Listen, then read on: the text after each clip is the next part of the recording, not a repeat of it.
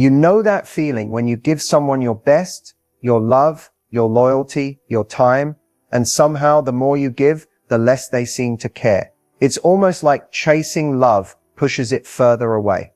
Here's the truth. Love isn't something you chase. It's something you attract. When you're chasing, you're coming from lack. You're saying, I need you to choose me so I can feel worthy. But the moment you start doing that, you hand over your power, and love starts to slip through your fingers. Most people think if they try harder, love will finally stick. They text more, explain more, prove more. But real attraction doesn't grow from effort. It grows from energy. And men, especially emotionally aware men, can feel the difference. They can sense when your attention comes from fear versus confidence. They're drawn to women who know they're the prize, not because of arrogance, but because they're emotionally grounded. So here's the paradox. The second you stop chasing, you stop bleeding energy, you stop convincing someone to see your worth, and instead your worth starts speaking for you. In this video, I'll show you what happens when you finally understand men emotionally, how to connect without losing yourself, how to stay soft but powerful, and how to make love flow toward you naturally. Because when you understand the truth about chasing love, you'll never run after it again. Most women never hear what men actually feel. Not because men don't have emotions, but because most men were never taught how to speak them. They've been trained since boyhood to be strong, composed, and in control. So by the time they reach adulthood, expressing emotion feels like weakness. But here's what they won't say out loud. Men crave emotional safety just as deeply as women do. They want to be understood, not fixed. They want to be accepted without judgment, without having to prove that they're enough. And yet most of the time they're scared that if they reveal what's really going on inside, they'll be seen as less masculine or worse, unlovable. When a man starts to care for you, he feels a tension inside. One part of him wants to open up and trust you, but another part whispers, don't, she'll use this against you. That's why sometimes he pulls away right after a deep connection moment. It's not rejection, it's fear. He's trying to protect his own heart before he even knows if it's safe with you. The men who seem emotionally unavailable aren't heartless. They're just tired of being misunderstood. They want to be seen for who they are, not for what they provide, fix, or achieve. So when you meet a man's emotions with calm, empathy, and space, without trying to rush his process, you create something he rarely experiences: emotional permission. It's in that quiet, patient energy that men start to open up. Not because you demanded it, but because you made it safe. That's the secret most women miss. It's not about saying the perfect thing or knowing the right strategy. It's about being grounded enough that his walls don't scare you. Because when a man feels emotionally understood, truly understood, he stops needing to protect himself from love and starts wanting to protect you. Every man has emotional triggers, invisible switches inside him that either pull him closer or quietly push him away. And the truth is, these triggers aren't about looks, status, or how perfect you are. They're about how he feels when he's with you. The first emotional trigger that makes a man fall deeper is peace. It's not excitement, it's not mystery. It's the feeling of calm safety. When a man feels that he can exhale around you, that he doesn't need to perform or impress, something in him begins to attach. Because for most men, the world is loud, full of pressure, noise, expectations. If you can be the place where his mind rests, his heart starts to open. It's not about being quiet or submissive. It's about your energy, the way you stay soft even when things get hard, the way you listen without instantly trying to control or fix. That calm is magnetic. The second trigger is admiration. Not blind praise, but genuine appreciation. Men fall for the women who see them, who notice effort, who acknowledge growth, who say, I respect the way you handled that.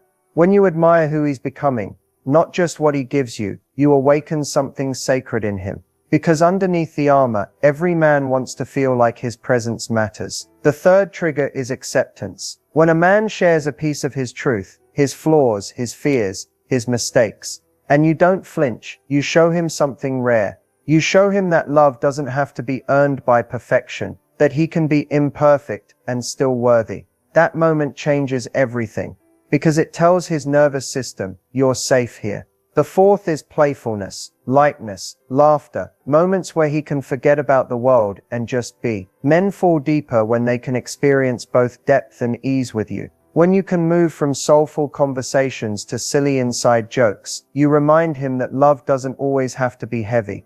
It can also be fun, alive, effortless. And finally, the most powerful trigger of all, your self-respect. When you have boundaries, when you know your worth, when you're not afraid to walk away if something feels wrong, that strength awakens his desire to rise to meet you. Because men don't fall for women who chase. They fall for women who choose, who know that love should feel mutual, balanced, and emotionally safe. When you embody these energies, peace, admiration, acceptance, playfulness, and self-respect, you stop trying to make him fall. He just does. Not because you persuaded him, but because for the first time his heart recognizes home. When a man starts to pull away, most women panic. They think, what did I do wrong? Did I say too much? Did I scare him? But what's really happening isn't rejection. It's regulation. See, men process emotions differently. When they start to feel something real, something deep, their nervous system goes into overdrive. Connection awakens vulnerability, and vulnerability triggers fear. For many men, emotional closeness feels like stepping into unfamiliar territory, a place where they can't control the outcome. So instead of leaning in, they instinctively retreat. It's not because he's stopped caring, it's because he's trying to make sense of what he feels. Men pull back to regain equilibrium, to breathe, to think, to protect their sense of independence. It's not about you losing value, it's about him finding balance. The mistake most women make in this phase is chasing harder. They send more texts, ask more questions, or try to fix the silence. But what that does is confirm his subconscious fear that closeness equals pressure. So he pulls back even more. Here's the paradox. When you don't chase, when you hold your center and trust the connection, you create emotional space for him to come back on his own. You show him that love isn't a cage, it's a choice. The psychology behind this is simple. Men fall in love during connection, but they understand love during distance. It's in that quiet space that he realizes what you mean to him, what he misses, and whether he feels safe enough to return. If you can stay grounded, calm and warm, without begging for reassurance, you become unforgettable. Because while everyone else reacts from fear, you respond from strength. So the next time he pulls away, don't take it as a sign to chase. Take it as a moment to lean back, breathe, and let him process. If the connection is real, space won't break it, it will reveal it. Real love doesn't just come from chemistry. It grows through communication that feels safe. Emotional safety is the invisible foundation every healthy relationship stands on. Without it, even the strongest attraction will eventually crumble. Men open up, stay close, and commit when they feel safe being themselves. But here's the challenge. Most communication in relationships isn't really about understanding, it's about defending. We listen to reply, not to connect. We talk to prove a point, not to build trust. Emotional safety starts when you stop trying to win the conversation and start trying to understand the person. When a man feels like he can share his thoughts, even the uncomfortable ones, without being judged, corrected, or criticized, he begins to associate you with peace, not pressure. The tone you use matters more than the words themselves. When you speak softly but clearly, you calm his nervous system. When you say, "I'm not here to attack you, I just want to understand what you're feeling," it disarms his defenses instantly. That's how you reach the part of him that rarely lets anyone in. Most men shut down, not because they don't care, but because they don't feel safe expressing what's underneath their silence. They fear being misunderstood, dismissed, or made wrong for feeling what they feel. So instead of pushing for answers, create pauses. Say things like, "Take your time, I'm listening," or "You don't have to fix this, I just want to hear what's real for you." Those words build bridges, and safety goes both ways. You deserve to feel heard too, but the way you express your truth determines how deeply it lands. If you communicate from calm confidence, instead of emotional chaos, your words hold power. Try saying, "When this happens, I feel unseen," instead of, "You never listen to me." The first opens his heart.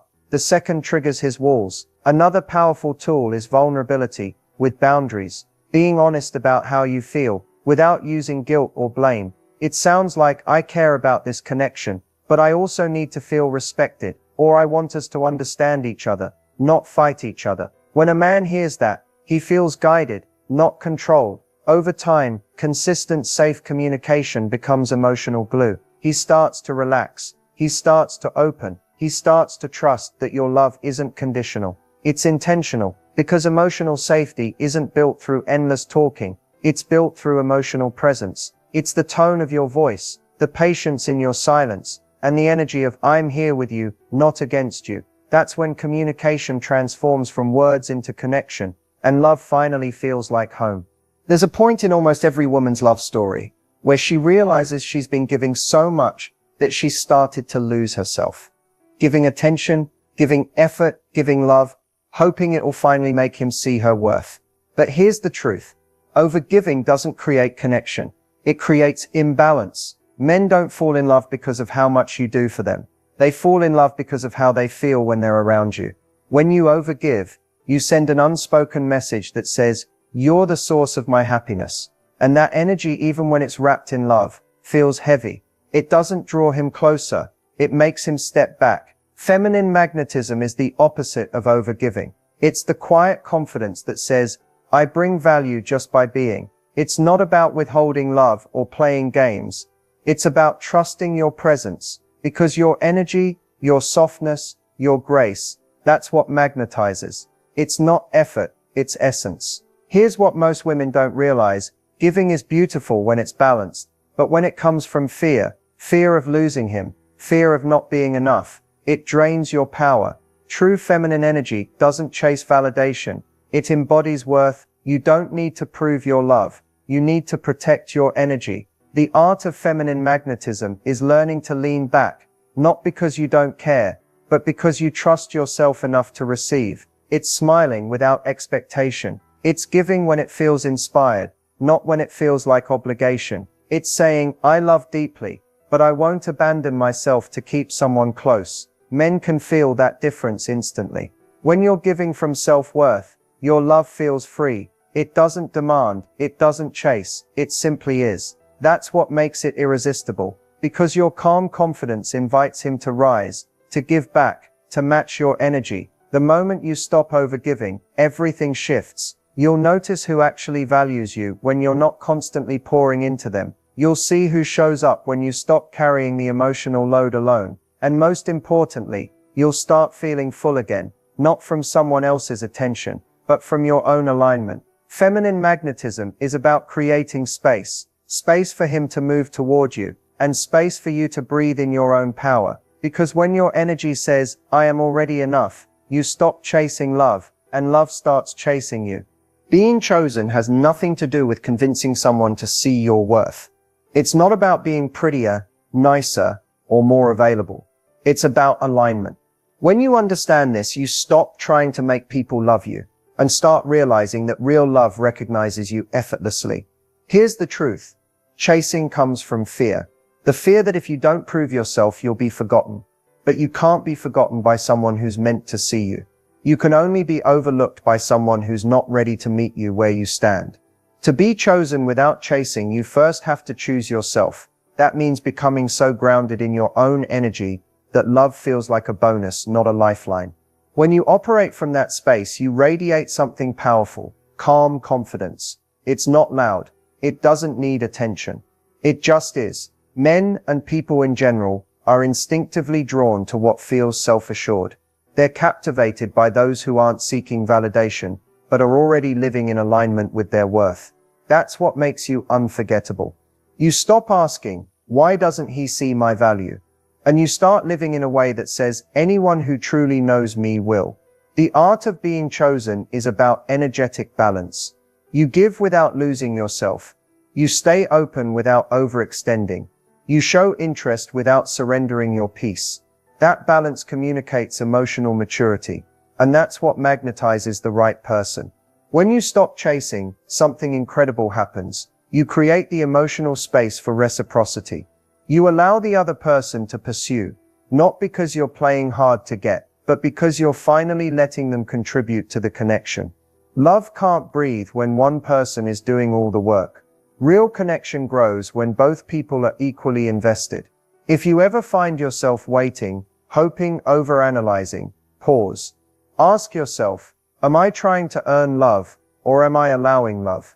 One drains you, the other restores you. To be chosen without chasing, embody the energy of someone who knows they are already loved, by life, by themselves, by their own wholeness. That's the frequency that calls in aligned relationships, not ones built on effort and fear. Because in the end, the one who is meant for you will not need convincing. They'll recognize your energy instantly. They'll choose you because your peace feels like home. Not a game to win, not a prize to earn, but a partnership that just makes sense. When you understand that, chasing ends and true love finally begins.